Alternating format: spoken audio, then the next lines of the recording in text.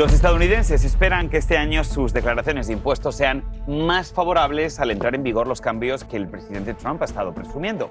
Entre ellos, deducciones relacionadas con propinas, los intereses que se pagan por los préstamos para comprar autos y también con el ingreso que se recibe al trabajar horas extra. Pero no va a ser tan fácil saber cómo se están usando esos beneficios fiscales y si en verdad, Carolina, nos van a ayudar en nuestra declaración de impuestos. Claro.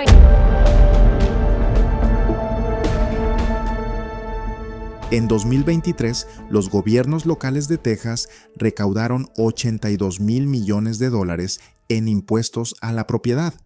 Poco después, se aprobó un paquete de alivios fiscales valorado en $51 mil millones, presentado como uno de los mayores recortes de impuestos de la historia del país. Además, surgió una nueva propuesta: eliminar por completo los impuestos a la propiedad relacionados con las escuelas. A primera vista, la idea parece una gran noticia para millones de familias. Pero la gran pregunta es sencilla. Si ese dinero deja de cobrarse, ¿de dónde saldrá lo necesario para mantener funcionando las escuelas y los servicios públicos? Las elecciones de 2025 trajeron cambios importantes. Una de las medidas más destacadas aumentó la exención para los propietarios de vivienda, permitiendo que una mayor parte del valor de sus casas quedara libre de impuestos escolares. También se aprobaron beneficios adicionales para adultos mayores y personas con discapacidad. Para muchas familias, esto representa un ahorro de varios cientos de dólares al año. Sin duda, es un alivio económico que muchos recibieron con entusiasmo. Sin embargo, hay otro lado de la historia que pocas veces se explica. El costo total de todas estas medidas asciende a $51 mil millones durante los próximos 2 años. Mientras tanto, los impuestos a la propiedad siguen siendo una de las principales fuentes de financiamiento para escuelas, ciudades, condados y otros servicios esenciales. Algunos análisis señalan que, si se intentara sustituir completamente el dinero que hoy generan los impuestos a la propiedad mediante el impuesto sobre las ventas, la tasa tendría que aumentar de forma considerable, alcanzando niveles nunca vistos en otros estados del país. Eso significaría pagar más cada vez que una familia compre alimentos preparados, gasolina, ropa, electrodomésticos, repare su automóvil o realice cualquier otra compra sujeta a impuestos. Otros estudios indican que eliminar únicamente la parte correspondiente a las escuelas costaría alrededor de $17 mil millones cada año. El problema es que los grandes superávits presupuestarios de años recientes estuvieron impulsados por circunstancias extraordinarias, como los fondos federales posteriores a la pandemia y un fuerte aumento del consumo. Muchos economistas consideran que esos ingresos adicionales fueron temporales y que no pueden sostener gastos permanentes durante décadas. Dicho de forma sencilla, no es posible financiar una obligación que existe todos los años con dinero que solo llegó una vez. Y aquí aparece otra preocupación importante. Diversos estudios señalan que los hogares con menores ingresos destinan una proporción más alta de su dinero al pago de impuestos estatales y locales que las familias con mayores recursos.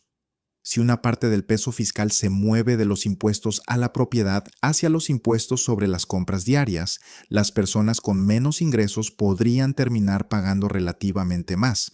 Pensemos en una familia que vive de alquiler y gana $40 mil al año. Aunque no recibe beneficios por ser propietaria, sí paga impuestos cada vez que consume productos y servicios. Si las tasas de ventas aumentaran para compensar la reducción de otros impuestos, su gasto anual podría crecer de manera significativa.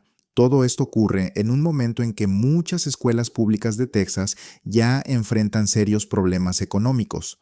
En Austin, las autoridades educativas anunciaron un déficit de $180 millones para el ciclo escolar 2026 a 2027.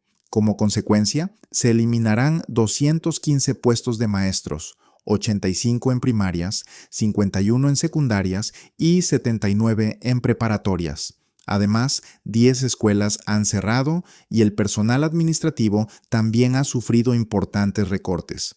Lo más preocupante es que una situación de esta magnitud no se veía desde la crisis económica que siguió al colapso inmobiliario de 2008, cuando se redujo el presupuesto destinado a la educación pública en todo el estado. La diferencia es que ahora estos problemas ocurren en medio de una economía que, en teoría, sigue creciendo. Al mismo tiempo, Austin tuvo que devolver $64 millones al estado mediante el sistema conocido como recaptura.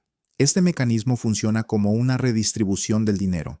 Los distritos con mayores ingresos entregan parte de sus recursos para ayudar a financiar escuelas en otras zonas con menos capacidad económica. En Fort Worth ya existe un plan para cerrar 18 escuelas antes de 2029. En San Antonio se eliminarán más de 500 puestos de trabajo dentro del sistema educativo. En otras comunidades, algunos distritos han tenido que reducir hasta una cuarta parte de todo su personal. Mientras tanto, los maestros de Texas ganan, en promedio, $8,500 menos al año que el promedio nacional. Esto dificulta atraer y retener profesores, especialmente en zonas donde el costo de vida continúa aumentando. Por eso surge una pregunta que preocupa a muchas familias. Si las escuelas ya enfrentan problemas financieros, ¿de dónde saldrá el dinero para sostener el sistema educativo si se reducen aún más algunas de sus principales fuentes de ingresos? La discusión no ocurre solamente en Texas. En Florida también se han propuesto aumentos importantes en las exenciones del impuesto a la propiedad. Sin embargo, existe una diferencia clave. Los planes presentados allí buscan mantener protegidos los fondos destinados a las escuelas públicas. Esto demuestra que dos estados pueden impulsar medidas similares, pero con consecuencias muy distintas dependiendo de qué áreas decidan proteger y cuáles decidan modificar. Otros lugares ya han intentado cambios aún más drásticos. En Dakota del Norte, una propuesta para eliminar completamente los impuestos a la propiedad fue rechazada por los votantes. Muchas personas cambiaron de opinión cuando conocieron el impacto que la medida podría tener sobre las escuelas, las carreteras y otros servicios esenciales. Lo que ocurre actualmente en Texas representa uno de los debates fiscales más importantes de las últimas décadas. La gran pregunta no es solamente quién pagará menos impuestos, sino quién asumirá el costo de mantener funcionando las escuelas, los servicios públicos y la infraestructura que millones de familias necesitan cada día. Si ya tienes tu casa propia, puedes invertir en bienes raíces. E invertir en bienes raíces es bueno.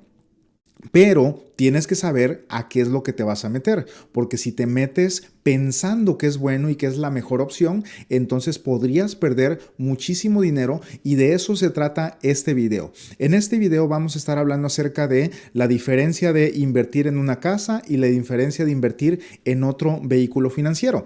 Invertir en casas no es la única opción, entonces vamos a estar viendo nosotros la diferencia, pero ya vimos entonces en resumen cómo Orlando viene de caída, Sarasota, Florida viene de caída, Georgia viene de caída, Dallas, Texas viene de caída, Houston, Texas viene de caída, San Antonio, Texas está en picada, Phoenix, Arizona está enclavado y San Francisco se dio un clavadazo que los que compraron aquí, pues pobrecitos de ellos porque están ahorita sufriendo las consecuencias. Ahora, vámonos rápido al tema. ¿Qué es lo que vamos a hacer ahorita? Bueno, para todos aquellos que estaban pensando invertir en bienes raíces y que estabas a punto de hacerlo, tienes que ver este video. ¿Por qué? Porque a lo mejor en muchas de las ciudades que acabamos de mencionar no es una buena idea ahorita invertir. ¿Por qué? Porque a lo mejor el pago de la casa te va a salir más caro que lo que vas a recibir de renta.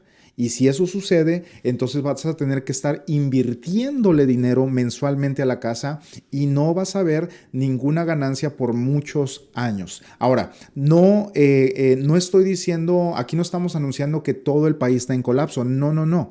Eso normalmente solamente sucede cuando hay un colapso nacional, pero las ciudades que acabo de mencionar son unas de las ciudades del sur que están en colapsos.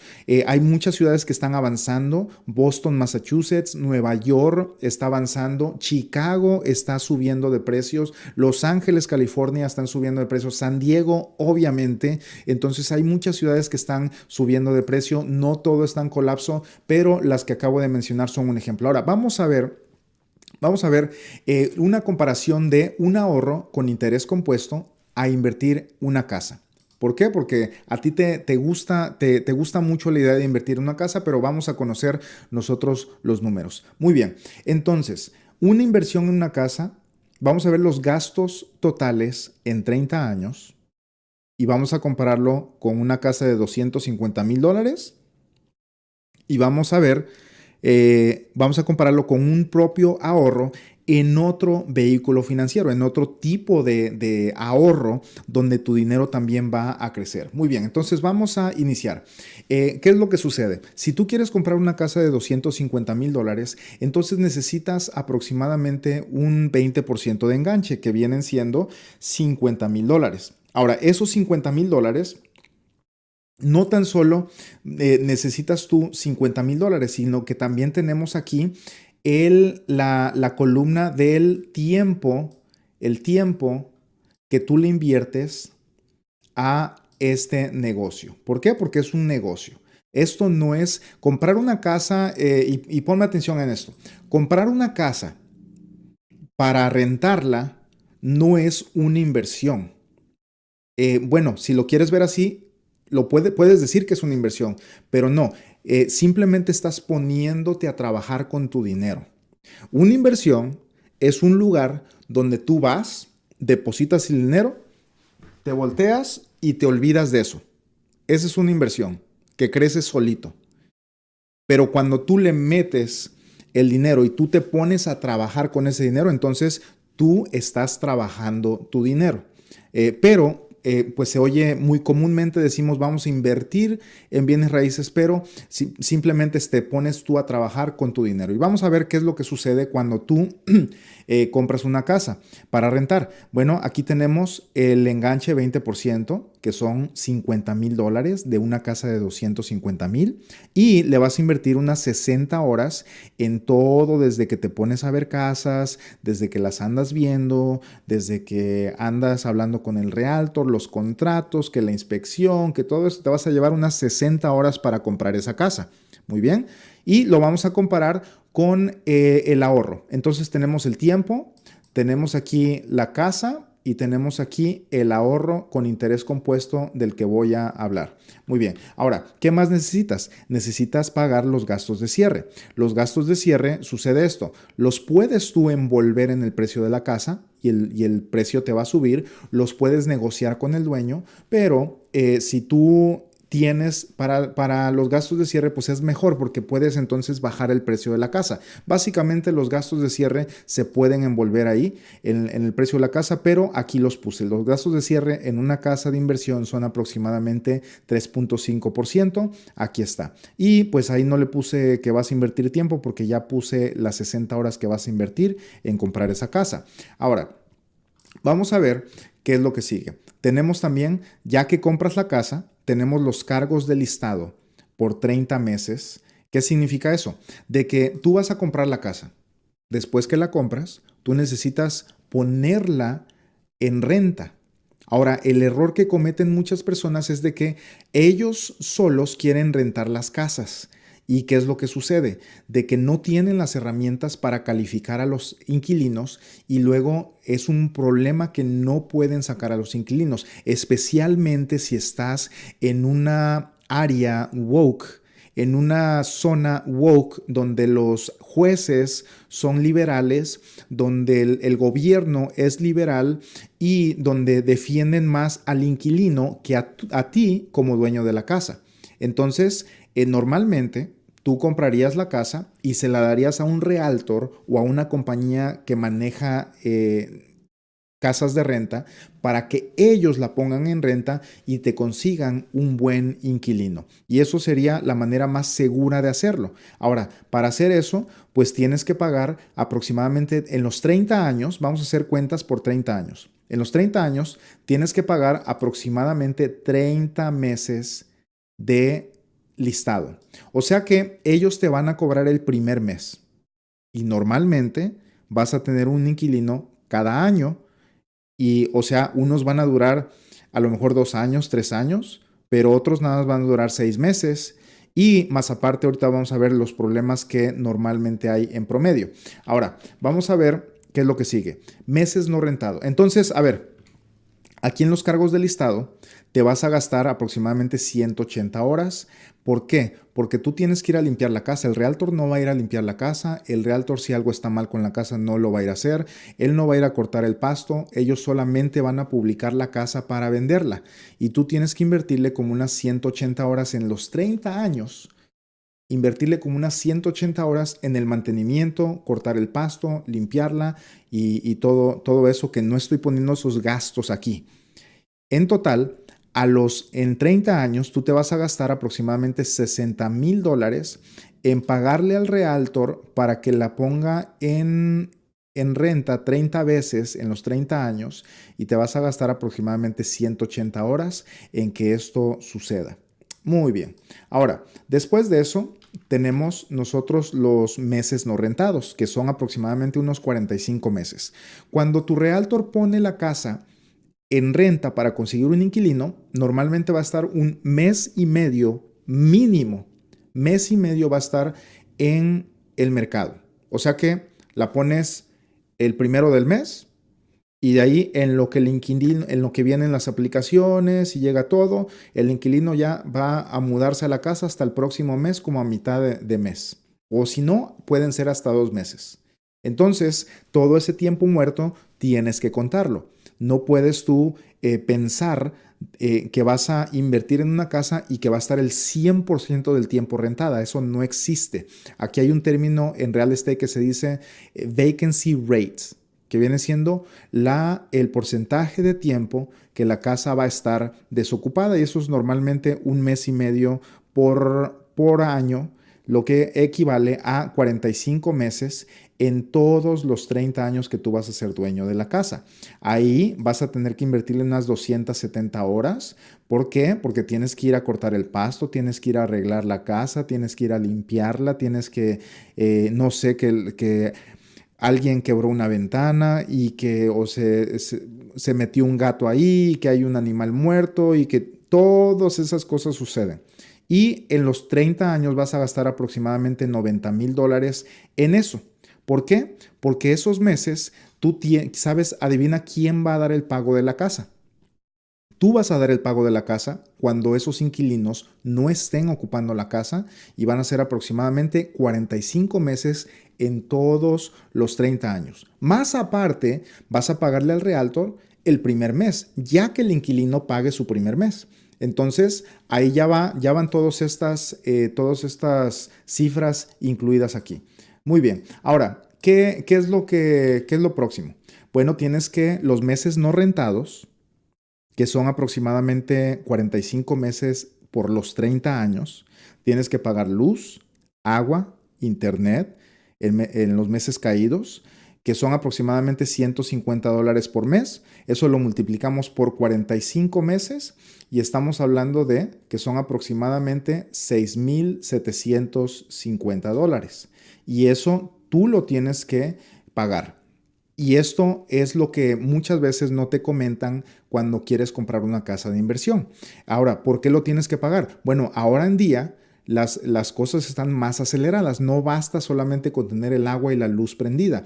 Debes de tener el agua prendida, debes de tener la luz prendida, porque cuando vayan los inquilinos a ver la casa, a ver si esa es la casa que ellos quieren rentar, si no tienes el aire acondicionado prendido, no van a querer rentar la casa. Si no tienes el agua, se va a hacer una mancha en la taza y la casa se va a empezar a deteriorar. Y después, 2 meses después que quieras prender el agua, puede haber un problema y puede haber una fuga. Eso pasa bastante. Entonces debes de mantener el agua, la luz y el internet, porque ahora hay que cuidar las casas con todo el vandalismo que hay, y a lo mejor vas a poner una camarita y ahí vas a estar gastando aproximadamente $150 al año. Ahora, ¿qué más vas a gastar si compras una casa para rentar? Durante los 30 años, esto es algo que nadie te lo va a decir más que yo, vas a tener aproximadamente 3 evicciones en los 30 años. Y cada evicción te va a tomar aproximadamente 5 meses para sacar a esos inquilinos. Te va a ocupar aproximadamente 30 horas de tu tiempo. Y te va a costar aproximadamente $33,000 en sacarlos, ya con los pagos que tienes que seguir dando al banco. y con los gastos que tienes que pagar en la corte o al abogado. Ahora, nadie te dice esto, pero si tú compras una casa para rentarla, en los 30 años es mucho tiempo. En esos 30 años van a existir por lo menos 3 personas, por muy bien que tú los filtres, aunque se la des a una compañía de mantenimiento, aunque se la des a una empresa que se dedica a eso, en 30 años de tantos inquilinos te van a salir 3, uno cada 10 años, que no se va a querer salir y en lo que no se sale no te va a dar los pagos mensuales. Y tú tienes que pagar eso al banco.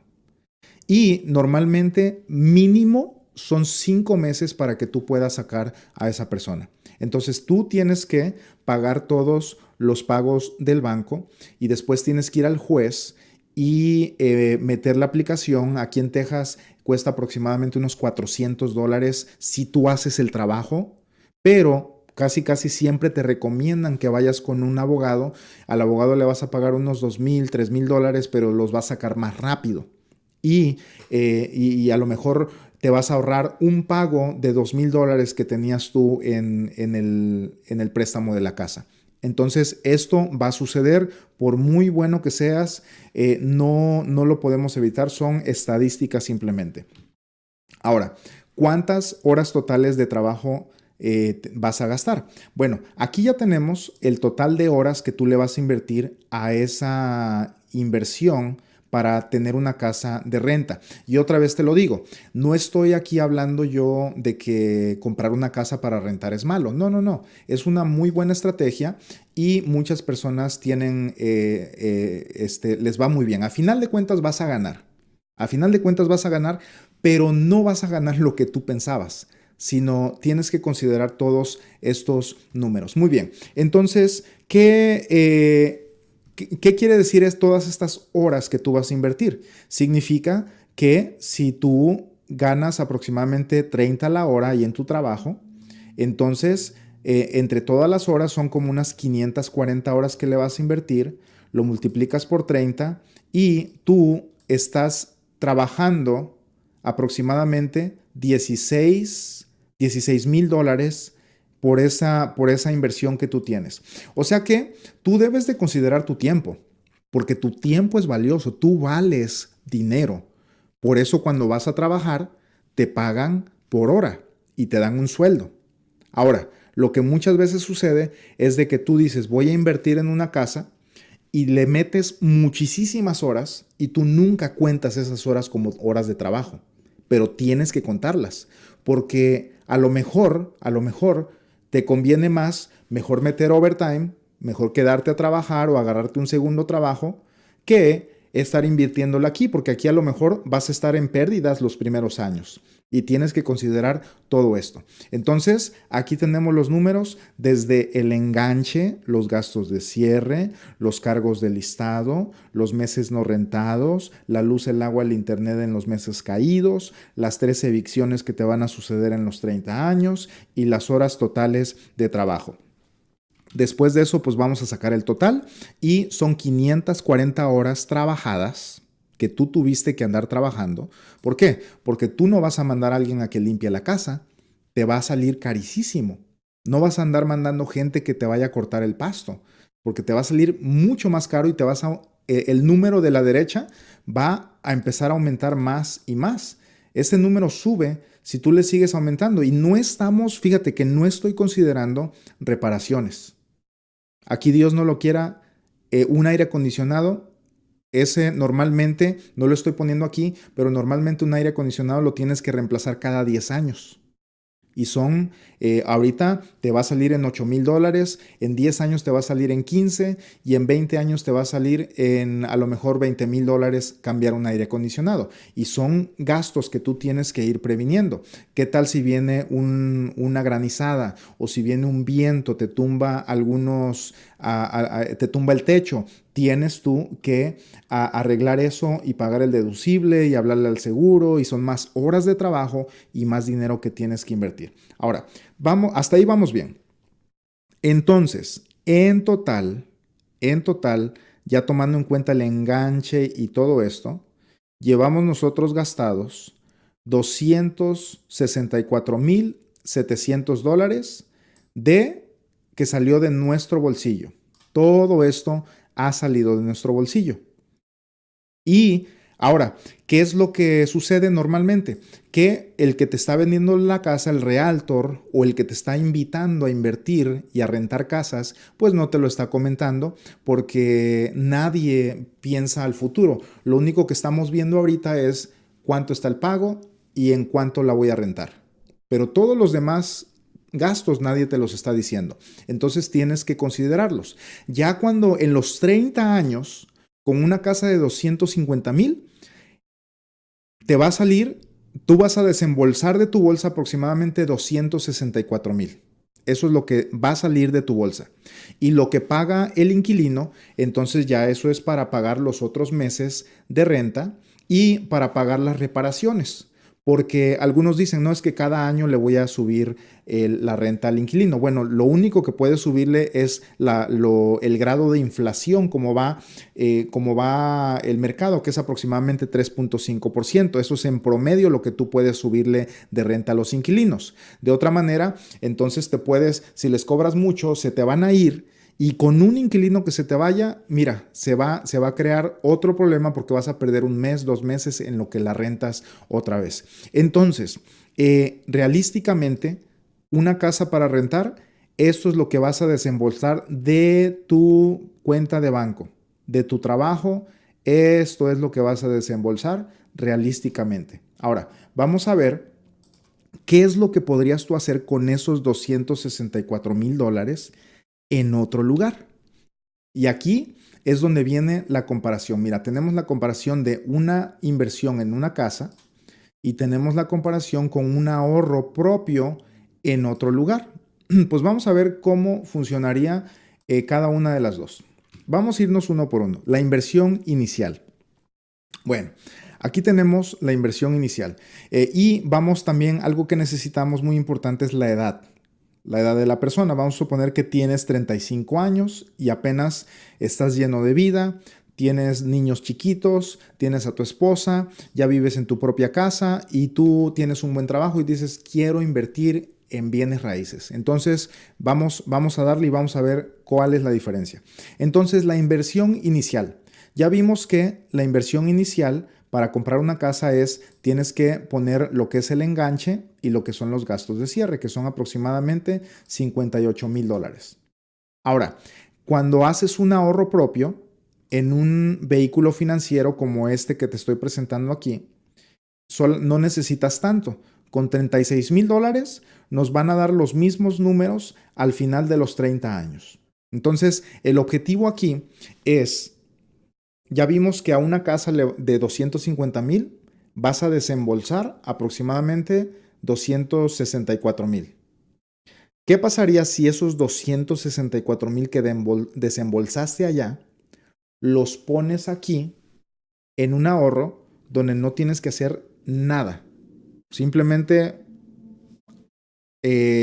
iniciarlo y solito cada mes te van deduciendo ese ahorro y va acumulándose y creciendo y acumulándose y te da un montón de otros beneficios. Te voy a explicar cómo funciona esto. Entonces, vamos a suponer que el mismo dinero de la casa lo vamos a poner acá. Ok, entonces, ¿cómo se ve esto? Mira, aquí está la pantalla de la ilustración de una póliza, de un ahorro como este que te estoy diciendo y ponemos ahí los $36,000 el primer año. ¿Ok? Ahora, después de eso, queremos saber qué protección hay si algo te pasa. ¿Qué significa esto? Bueno, ¿qué pasa si falleces? Porque tenemos que hablar de eso. ¿Qué pasa si compras la casa de inversión y a la semana te da un ataque al corazón porque tu realtor no te dijo que ibas a gastar un montón de dinero en otras cosas y falleces? ¿Qué es lo que pasa con tu familia? Bueno, ellos los vas a dejar en un problemón porque ellos no saben cómo manejar la casa. Y es muy probable que dejen la casa perder. Y de aquí es donde salen todos los foreclosures. La mayoría de los foreclosures son padres que, no la mayoría, pero muchos de los foreclosures son padres que fallecieron y sus hijos no sabían qué hacer con las propiedades o no les importaba. Tú estás muy emocionado por comprar una casa para rentar, pero pregúntale a tu hijo si está emocionado. A él no le importa, él lo único que quiere estar es jugando videojuegos ahorita. O tu hija a lo mejor está en el TikTok y emocionada con otras cosas. Y tú eres el único emocionado y tu esposa también está así como, ay, este José otra vez ahí anda con sus inversiones. Y tú eres el único que te interesa. Entonces, ¿qué pasa si falleces? Es muy probable que tu familia va a echar a perder esa inversión porque no la van a poder manejar. Y si no la pueden manejar, pueden perder todo. Pueden básicamente echar a perder esos 58,000 que tú ya habías invertido. Ahora, ¿qué pasa aquí en el ahorro propio? El ahorro propio tiene una protección. Este ahorro te da también un seguro de vida. O sea que tú empiezas a ahorrar. Y aquí tengo el ejemplo de 36,000 para compararlo con los mismos números de una casa. Pero estos ahorros tú los puedes iniciar con 200 al mes, 500 al mes, 1,000 al mes. No tienes que dar un down payment, no tienes que dar un enganche.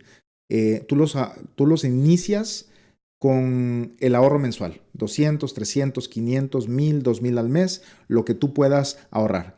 Y inmediatamente, desde ese mismo día que te sacan el primer ahorro, ahí ya te dan también un seguro de vida, que si falleces o algo, en este ejemplo de aquí, con un hombre de 35 años que empieza a hacer la misma inversión acá, le darían $635,000 a la familia. ¿Y qué te parecería esto? O sea que tú compras una casa, tienes una niña de 6 años, de 10 años, y luego falleces y tu esposa no sabe qué hacer con la casa y pierden todo el dinero. ¿Qué te gustaría más? ¿Meter a tu familia en problemas con esa casa de renta que compraste?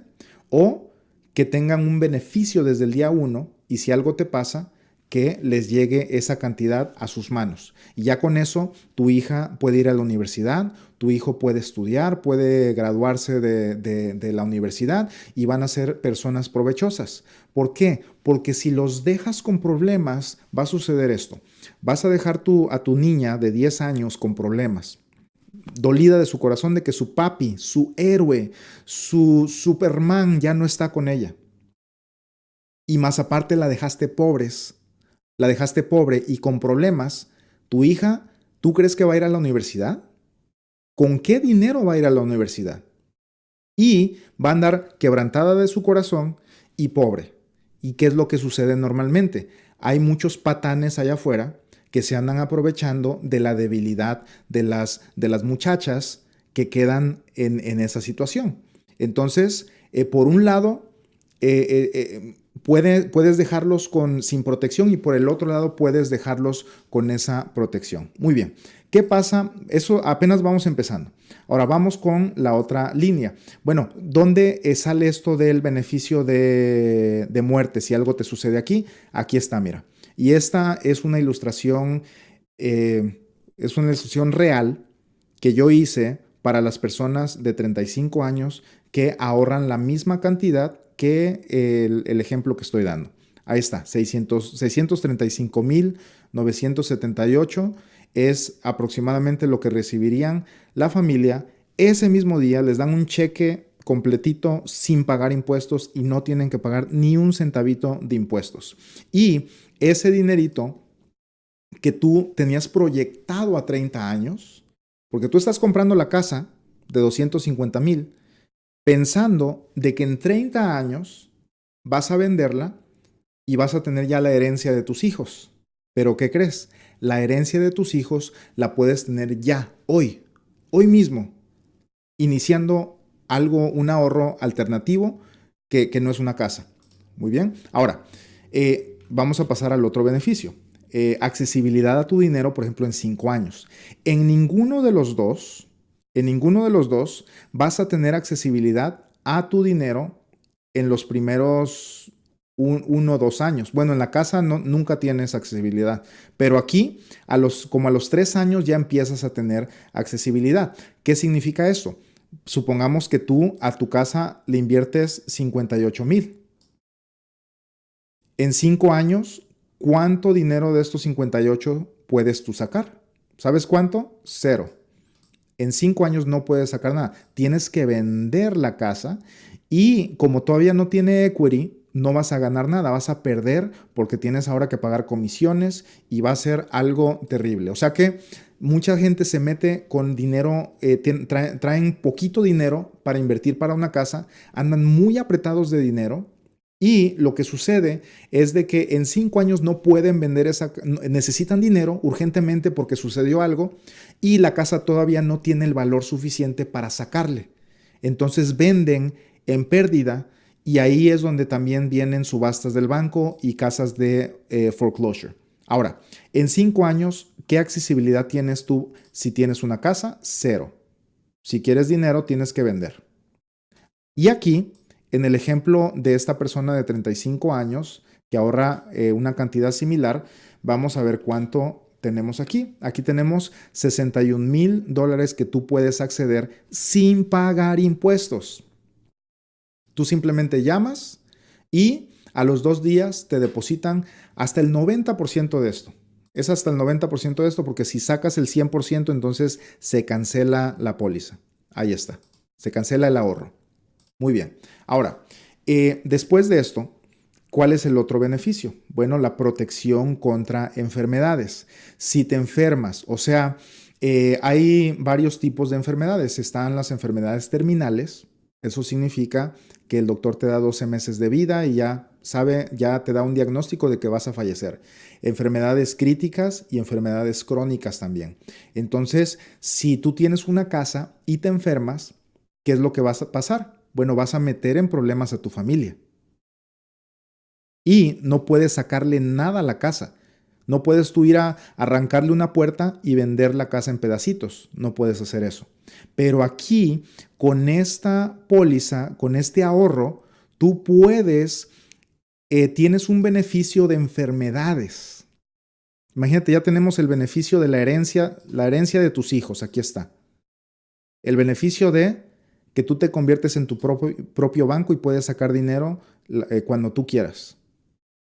Y después tienes el beneficio de que si te enfermas, si te da una enfermedad crítica, crónica o terminal, tienes entre $595,000 hasta $1,500,000 para que te cures, para que sobrevivas y para que estés tranquilo los últimos días de tu vida si es que te pega alguna de estas enfermedades. Ahora, ¿cómo se ve esto en la póliza? Mira, aquí tenemos nosotros esta es una ilustración sacada de una póliza real. Y aquí tenemos los beneficios de enfermedades terminales, crónicas y críticas. Si te da las enfermedades terminales significa que si el doctor te dice que tienes 12 meses de vida, entonces empiezas a cobrar. Si tienes una enfermedad crónica como artritis, diabetes, que se empieza a empeorar y no puedes hacer 2 de las actividades diarias que incluyen no puedes bañarte, no puedes tener continencia, o sea, usas pañal, no puedes vestirte, no puedes comer, no puedes ir a la taza, no puedes transferirte. Si cualquiera de esas 2, que tengas 2 de esas, entonces empiezas a cobrar. Pero si te da una enfermedad crítica como SIDA, como anemia, te quedas ciego o te da cáncer o te da cualquiera de estas enfermedades, ataque al corazón, una parálisis, una embolia, te da cualquiera de estas enfermedades, tú empiezas a cobrar. Ahora, ¿cuánto empiezas a cobrar? Bueno, si es una enfermedad crónica, aquí están los números. A los 37 años, este beneficio empieza a los 2 años después de que tú abres el ahorro. A los 37 años cobrarías hasta $154,000. A los 63 cobrarías aproximadamente $283,000.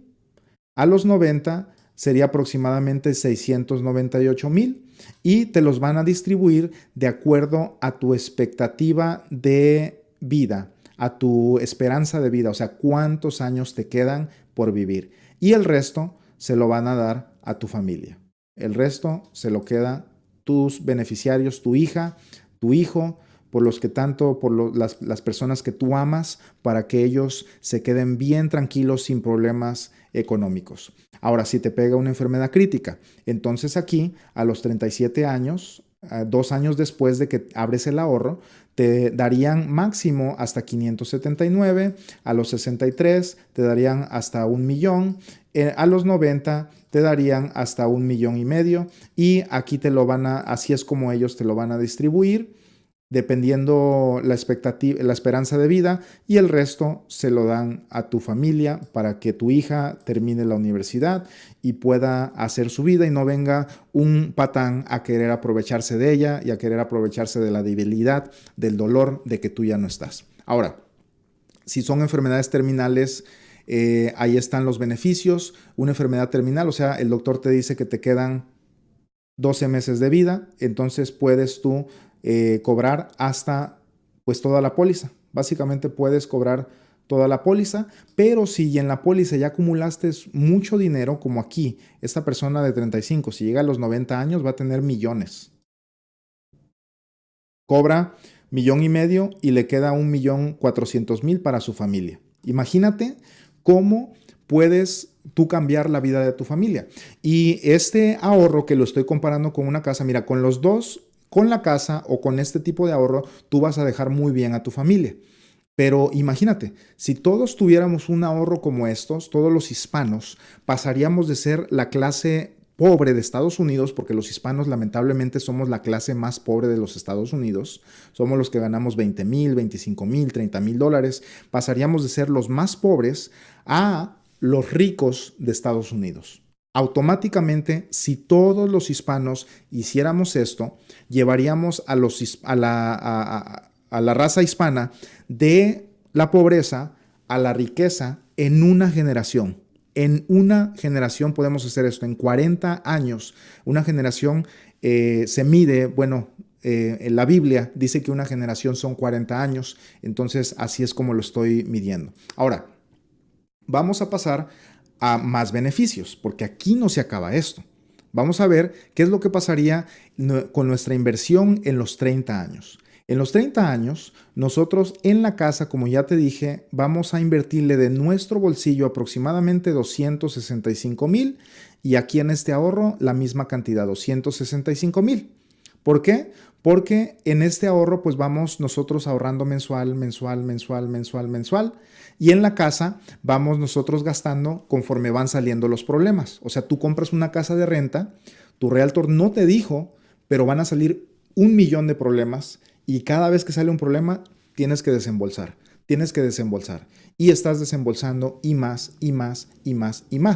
Entonces, en lugar de estar con esos ataques de pánico de que, ay, ya nada más estás esperando la mala noticia, qué es lo que le pasó a la casa, qué le pasó al inquilino, ya se me salió, ya es fin de mes y ya es primero, ya es segundo, tercero, ya es el quinto día del mes y no recibo la renta y estás tú con esos nervios y ese dolor en tu corazón.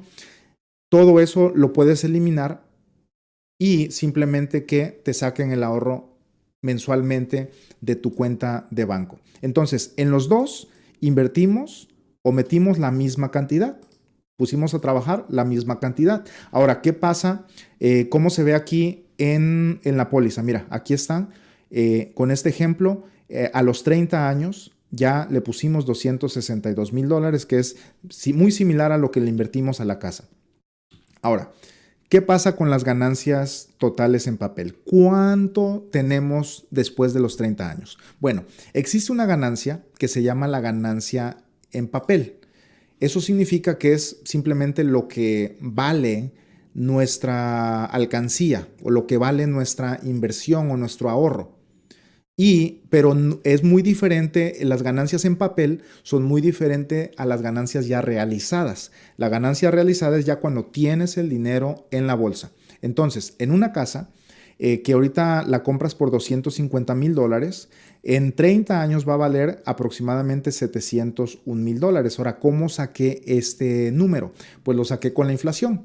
Porque las casas son el mejor termómetro para medir la inflación. Las casas van midiendo la inflación y si tú ves las ganancias que han tenido las casas a través de los años, es la misma ganancia que ha tenido la inflación, exactamente alrededor del 3.5%. Entonces, una casa que hace 30 años costaba 250,000, ahorita cuesta 701,000 dólares y ahí está tu ganancia en papel. ¿Y cuánto tienes aquí en la póliza? aquí tienes un poquito menos, pero ahorita te vas a impactar de lo que vas a ver aquí. Muy bien, entonces aquí tenemos las ganancias en papel y mira, aquí tenemos la ganancia en la póliza. Ese es dinero disponible que tú puedes sacar. Muy bien. Ahora, vamos a ver cuánta accesibilidad tienes tú a los 30 años. Si tú quieres sacarle dinero a estos 701,000 en 30 años, tienes que venderla. Tienes que venderla. Tienes que venderla. Así de fácil. Ahora, mucha gente va a decir, no, es que si llegan los 30 años, sacas una línea de crédito y le sacas dinero. Pero te voy a decir algo. Si tú calificas para que te den una línea de crédito, eso quiere decir que ganas muy bien. Y si ganas muy bien, ¿para qué vas a necesitar dinero? Normalmente lo que sucede todos los días, y yo hablo con gente todos los días, normalmente lo que sucede es, llegan los 30 años y el dueño de la casa dice, necesito dinero, necesito sacarle dinero a la casa. ¿Por qué? Porque no tienen dinero, porque están necesitados de dinero. Entonces van al banco y el banco se da cuenta que no ganan lo suficiente para una línea de crédito. No tienen pruebas de ingresos. Entonces, por esa misma razón de que no tienen dinero y están necesitados, el banco no les va a prestar. Entonces, normalmente tienen que vender. Pero, ¿qué pasa aquí en la póliza, en este ahorro? En este ahorro no tienes tú que vender. Aquí puedes retirar hasta el 90% de lo que está en esta columna. O sea que si a los 60 años tienes 471 aproximadamente, tú puedes retirar hasta el 90%, que viene siendo como unos 420,000. Vamos a suponer que ya tienes 73 años, ya tienes 1,000,000, puedes retirar hasta $900,000. Y esto pues sigue avanzando. Muy bien, y tú lo puedes retirar y después meterlo ahí. Lo vas a sacar como un préstamo y tú simplemente sigues dando tus ahorros. Aquí seguirías dando tus ahorros que son aproximadamente 630 al mes. Ahí está. Muy bien. Ahora, ¿qué pasa ahora cuando los costos para sacar el dinero? Recuerda que yo te dije que tú tienes una ganancia en papel de $701,000. Pero si vendes, tú necesitas el dinero y necesitas vender, entonces vas a gastar 10% en las comisiones, gastos de cierre, compañía de título, póliza de título y todos los gastos que tienes tú para vender una casa es aproximadamente el 10%. Más aparte, como es una casa de inversión, el gobierno va a estar ahí en primera línea para quitarte un 20% de esa ganancia. Entonces te van a tumbar el 30% aproximadamente, que son unos $210,000. $210,000, a esos $210,000 diles adiós. Y esos son entre comisiones, realtors, compañías de título, impuestos y todo, ahí se te fueron $210,000. Entonces, la ilusión de que tu inversión costaba 700, la ilusión de que tu inversión costaba 701 es simplemente una ilusión. ¿Por qué? Porque es 700,000 en papel, pero si vendes ya no tienes 700, ya tienes como unas 400 y algo. Muy bien. Ahora, en el ahorro, ¿cómo funciona esto? Si tú quieres retirar, ¿cuánto te cobran? ¿Quieres ver cuánto te cobran? Nada. No tienes que pagar impuestos. Y el dinero te lo depositan porque es tu dinero. Ahora, ¿por qué no tienes que pagar impuestos? Porque este vehículo financiero, este ahorro, es una canasta que tiene muchos beneficios. Ya te los mencioné. Tiene el beneficio de la herencia de tus hijos. Ahí está la herencia. Si tú lees la Biblia y eres creyente, tú sabes de que Dios nos manda a dejarles una herencia a nuestros hijos. Y los judíos, por eso es una raza que tiene miles de años en esta tierra y ellos no van a ser, nunca los van a poder destruir.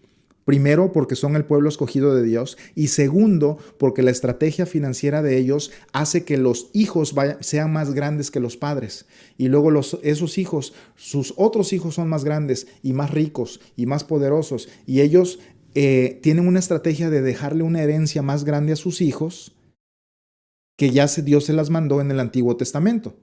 Entonces, en esta canasta de beneficios de ahorro que te estoy diciendo, tú tienes la herencia de tus hijos, tienes protección contra enfermedades terminales, críticas y crónicas, tienes el crecimiento de tu dinero con los mercados, tienes eliminación de riesgo, tienes beneficios de impuesto, que es lo que estamos viendo aquí, y tienes liquidez. O sea que no tienes que esperar a que estás viejito para retirar. Tú, si a los 5 años ya acumulaste algo, ya puedes retirar ese dinero para cualquier cosa que lo necesites. Muy bien. Entonces ahí están los códigos del IRS que le dan el beneficio a este vehículo financiero que está clasificado como un seguro de vida. Pero no es un simplecito seguro de vida, no es nada de eso.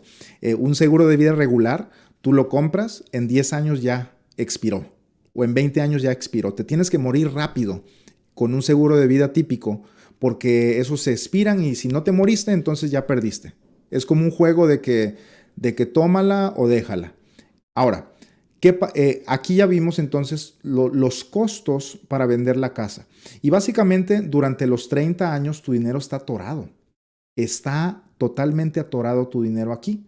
Por eso tú has visto que yo no soy de la idea de comprar casas en efectivo. Porque si tú compras una casa en efectivo, pues está bien, ¿no? Y cada quien tiene su propia estrategia. Pero si tú compras una casa en efectivo, tu dinero se queda atorado. Tu dinero se queda amarrado y no puedes sacarlo. No te van a dar, es dificilísimo que te den una línea de crédito, es dificilísimo refinanciar y te van a cobrar $15,000 por refinanciar.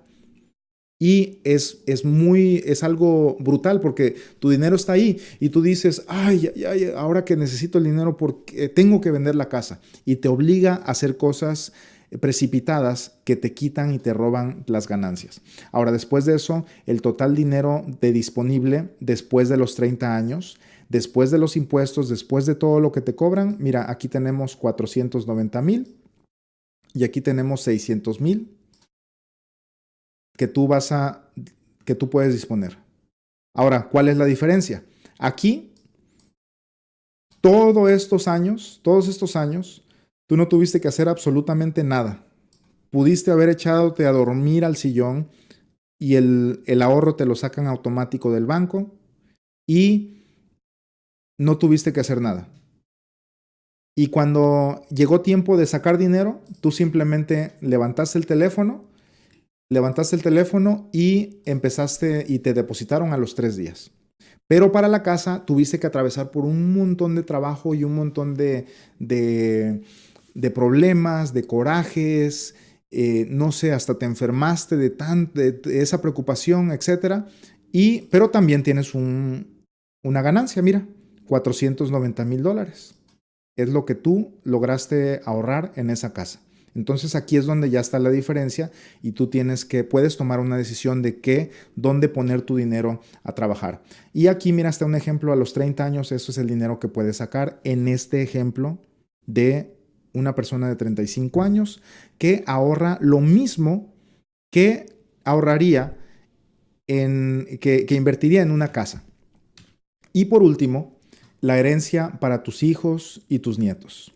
Muy bien, yo le pregunto a la gente, oye, ¿has pensado en la herencia para tus hijos? La mayoría no ha pensado en eso, pero es muy sabio pensar en eso. ¿Por qué? Porque si nosotros hay muchas cosas de la manera que te puedo explicar. Te la puedo explicar desde el punto de vista patriótico. Si tú veniste a Estados Unidos porque Estados Unidos te dio lo que en tu país no te pudieron dar. Y si venimos aquí es para que levantemos al país y lo dejemos mejor que como lo encontramos. Eso significa que si tú dejas a tus hijos más pobres que como tú estás, y no les dejas una herencia, entonces estás degradando el país. Eso viéndolo del punto de vista patriótico. Pero si eso no te interesa, entonces vamos a verlo del punto de vista de la herencia, ¿no? Son tus hijos y tú los amas. Ahora, este ahorro y cualquier inversión, si tú no amas a tus hijos, pues no tiene sentido. Y básicamente yo me puse a pensar en esto, que si tú, para lo que estás trabajando, si tú no amas a tus hijos, entonces nada tiene sentido. Porque ¿para qué estás trabajando? Le vas a dejar dinero a unas criaturas que tú engendraste que no los quieres. Entonces como que la vida no tiene sentido si no amas a tus hijos. Pero si sí amas a tus hijos, entonces esto hace mucho sentido. Y mira nada más la diferencia. En todo tu trabajo aquí, 540 horas que le invertiste aquí, te va a dar $490,000 de herencia para tus hijos. Y aquí te va a dar 1,200,000. ¿Y qué crees? Es el mismo dinero, fue el mismo dinero, pero en un lado no tuviste que invertir ni horas ni nada y generaste más. Y mira, ahí está, no me lo estoy sacando de la manga. A los 30 años, algo te pasa y tú ya tienes 1,200,000 para la herencia de tus hijos. Literalmente, como te dije, tú puedes cambiar la sociedad hispana en los Estados Unidos y irnos todos de ser pobres a ser la sociedad rica. ¿No te gustaría ayudar para que los hispanos salgamos de la sociedad pobre y lleguemos a la sociedad rica? ¿No te gustaría dejar a tus hijos y a tu descendencia? Porque ellos se van a acordar de ti. Mira, si tú no les dejas nada a tus hijos, ellos te vas a morir, te van a hacer el funeral, un mariachi y se acabó. Para la otra Navidad ya no se van a acordar de ti.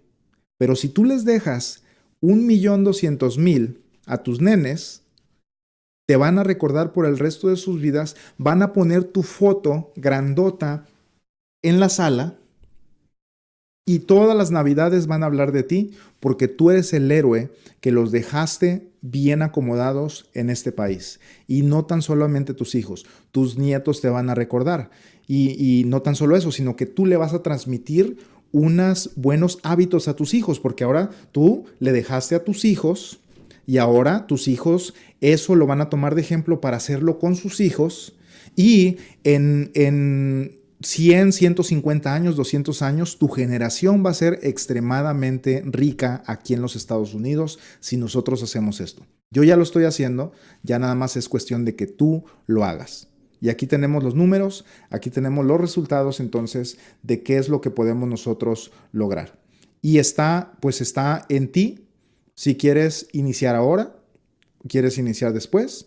Y yo te invito a que lo hagas ahora, porque el tiempo pasa. ¿Cuántos años llevas en Estados Unidos y no has ahorrado nada?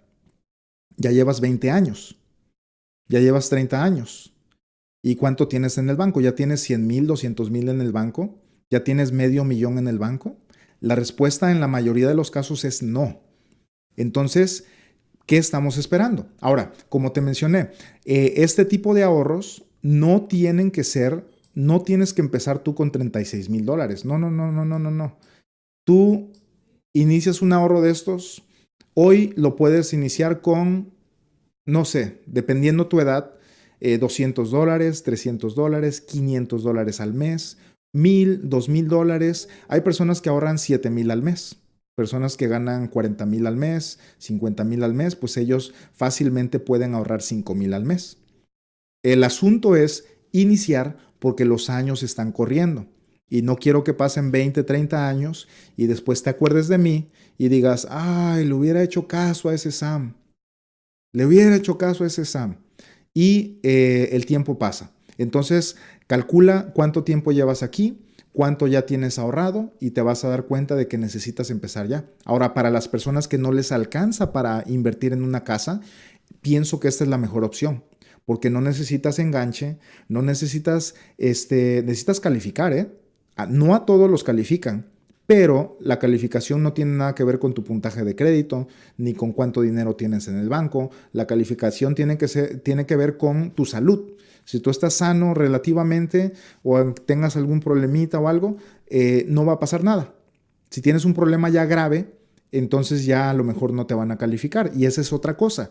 Tú puedes decir, me voy a esperar para el otro año porque voy a agarrarme otro trabajo, voy a hacer esto, otro. Puedes esperarte, pero ¿qué sucede?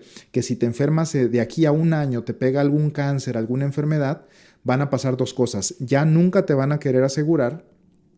Y número dos, no vas a tener ninguna protección para tu vida. Entonces, el tiempo siempre es ayer. Ayer teníamos que empezar a ahorrar, ayer teníamos que empezar a protegernos, ayer teníamos que empezar a invertir. Y si tú lo que quieres hacer es invertir en una casa, pues bueno, pienso que estos números son muy realistas, los puedes tú aplicar en las inversiones que vas a tener y de todos modos vas a ganar. ¿Por qué? Porque el tener una casa te va a dar un orgullo muy grande. Tú vas a una fiesta un fin de semana y les dices que tienes una casa o dos casas o tres casas de renta y la gente te va a ver con los mejores ojos, te van a ver como el inversionista, te van a ver como el Donald Trump de la familia.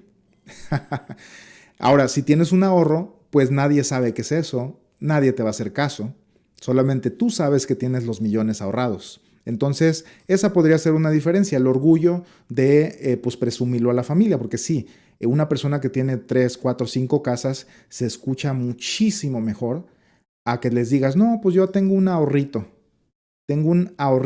ahí en un lugarcito. Nadie le importa un ahorrito, todos quieren ver algo físico, pero no siempre las cosas físicas es lo que nos da más. Entonces, yo te invito a que empieces ya. No dejes pasar otro día y si tú quieres empezar tu ahorro, ve a la descripción del video y de hecho aquí los que están aquí en el chat se los voy a poner aquí para que si quieren iniciar un ahorro como estos pues lo puedan empezar. Entonces ahí lo tenemos. Pedro Barajas dice, no, Giovanni dice, me has hecho reír. Pondrán tu foto grandota. Suena hasta interesante, está bien la idea. Así es. Van a poner tu foto grandota. ¿Qué pasa si tienes 50 años? Sí se puede. Yo tengo clientes que hasta de 62 ya se ven bien los números. Y los que tienen 70, hasta estoy atendiendo a un cliente ahorita que tiene 79 años. Y todavía podemos armar algo. Obviamente ya no da tiempo de hacer millones, ya no da tiempo. Si tienes 30, de 30 a 40, todavía podemos pegarle al millón. De 20, 30, 40, todavía podemos llegarle al millón para que dejes a tus hijos millonarios. Ya de 40 para arriba, ya empiezan a bajar los números, pero también, si tienes $2,000 para ahorrar, aunque tengas 50, esa cosa va a avanzar muchísimo y vas a acumular bastante y puedes pegarle al millón. Entonces todo depende de tu edad, depende de cuánto puedes tú ahorrar. No